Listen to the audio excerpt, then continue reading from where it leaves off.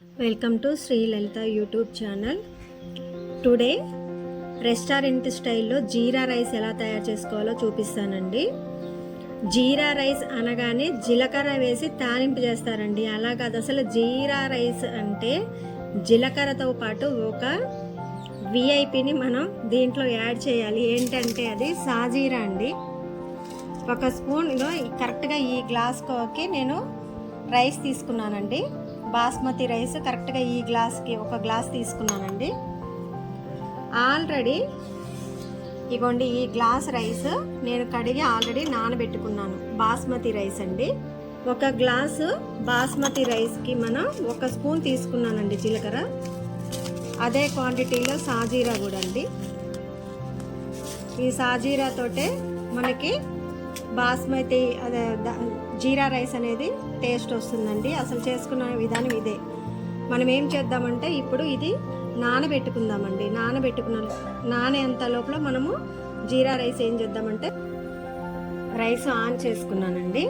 ఈ రైస్ ఉడికేటప్పుడు మనం కొంచెం సాల్ట్ యాడ్ చేసుకోవాలి. అయితే ఈ లోపల మనం తాలింపుకి కావాల్సినటువంటివన్నీ కూడా కట్ చేసి పక్కకు పెట్టుకుందాం. మనం కొంచెం సాల్ట్ యాడ్ చేసుకుందామండి ఉడికేటప్పుడు.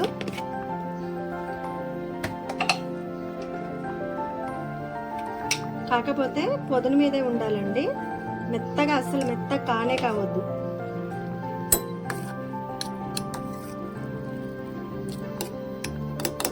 చాలా జాగ్రత్తగా అన్నం ఉడికించుకుందామండి. మాడొద్దు, పైగా మెత్తగా కావద్దు. గ్లాస్కి ఒక చిన్న గ్లాస్కి గ్లాసున్నరని రైస్ మొత్తం ఉడికిందండి. కాకపోతే మనం తీసి కాసేపు ఆరబెట్టుకోవాలండి. ఎందుకంటే మెతుకు అతక్కుండా ఉండాలండి. కొంచెం పైన నూనె అప్లై చేసుకోవాలండి. పైన కొంచెం లైట్గా నూనె అప్లై చేశానండి. కొంచెమేనండి, ఎందుకంటే ఆ నూనె అప్లై చేయటం వల్ల పొడి పొడిగా ఉంటుంది రైస్. అన్నం చల్లారిందండి. ఇప్పుడు మనం తాలింపులకు వేసుకుందాం. జీరా రైస్ ప్రిపరేషన్ చేద్దాం. చిన్న కళాయి పెట్టుకున్నానండి. కొంచెం నూనె వేసుకున్నాను, కొంచెం నెయ్యి అండి. ఆల్రెడీ ఇందాక మనం రైస్ ఉడికేటప్పుడు కొంచెం సాల్ట్ వేసుకున్నాం కాబట్టి ఇప్పుడు అన్నంలో సాల్ట్ సరిపోయిందా లేదా కూడా చూసుకున్నాం మనం.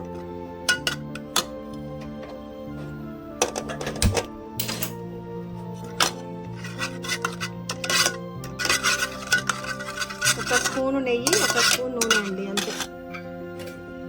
మనం తీసుకుంది కూడా కొంచెం చిన్న గ్లాసే కాబట్టి, తక్కువ క్వాంటిటీ కాబట్టి నేను ముందే చెప్పాను కదండి. ఒక స్పూన్ జీరా రైస్, అదే జీరా అండ్ ఒక స్పూన్ జీలకర్ర కూడా మనం నీళ్ళలో నానబెట్టుకున్నాం కదండి. టీ కంటైనర్తో వడకట్టుకొని ఇప్పుడు నెయ్యి, మంచి నూనె వేడైంది కాబట్టి తాలింపులో వేసుకుందామండి. జీరా రైస్ అంటేనే సాజీరాతోటే ఫ్లేవర్ అండి. దీంట్లో పచ్చి బఠానీ అని అవి ఇవి చాలా ఏంటంటే అన్ని యాడ్ చేసుకోవచ్చు. కాకపోతే మనం జీరాకే ఎక్కువ ప్రిఫరెన్స్ ఇవ్వాలి కాబట్టి నేను ఎక్కువేమీ యాడ్ చేయట్లేదండి. కొంచెం కరివేపాకు, పచ్చిమిర్చి కూడా ఇలా రౌండ్ కట్ చేసుకోవాలండి. ఒకటే పచ్చిమిర్చి తీసుకున్నాను.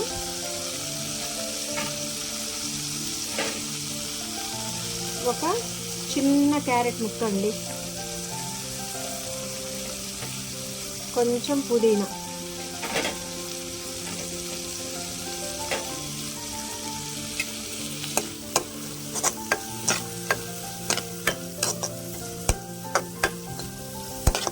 ఆల్రెడీ స్మెల్ వస్తుందండి. మనం ఈ సిమ్లోనే పెట్టి కొంచెం ఈ ముక్కలన్నీ కూడా మగ్గనిద్దామండి. ఈ లోపల రైస్ కూడా మనం వండుకున్న బాస్మతి రైస్ కూడా వేడి చల్లారుతుంది కాబట్టి మనం దీన్ని తాలింపులో వేసేసుకోవడమే.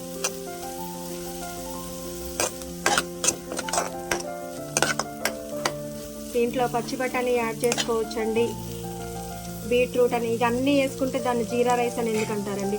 సో నేను ఇంతవరకే యాడ్ చేసుకున్నాను. తాలింపు రెడీ అయిందండి. ఇప్పుడు మనం బాస్మతి రైస్ యాడ్ చేసుకుందాం. ఒక చిన్న గ్లాసు తీసుకున్నానండి నేను. అంటే బాస్మతి రైసే తీసుకోవాలని లేదు, మామూలు నార్మల్ రైస్ అయినా తీసుకోవచ్చు. నేను మాత్రం బాస్మతి రైస్ తీసుకున్నానండి.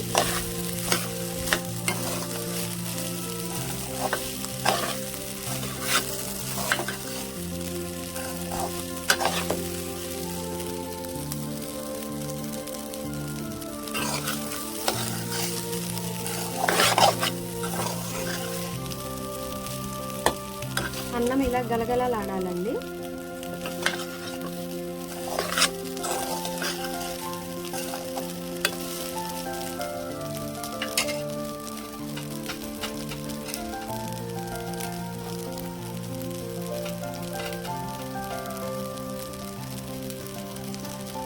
సాల్ట్ కొంచెం వేసుకుందామండి, కొంచెం తక్కువ ఉంది. ఈ జీరా రైస్కి పప్పు కాంబినేషన్ అండి. మైసూర్ పప్పు అయినా పర్లేదు, నార్మల్ పప్పు అయినా చాలా అంటే చాలా బాగుంటుంది. చూసారండి, కొంచెం కూడా మాడలేదు, కింద అడుగు కూడా అంటలేదు. చూసారా?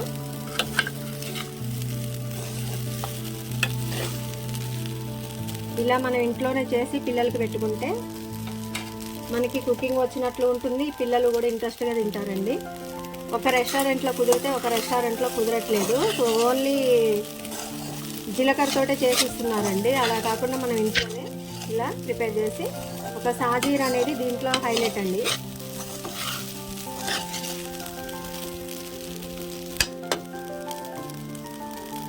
టేస్టీ టేస్టీ జీరా రైస్ రెడీ అండి. మా Shri Lalitha YouTube channel subscribe చేసుకోండి, మా వీడియోస్ అన్నీ చూడండి, సపోర్ట్ చేయండి, మా వీడియోస్ అన్నీ లైక్ చేయండి. Thanks for watching. Please do like, share and subscribe my YouTube channel.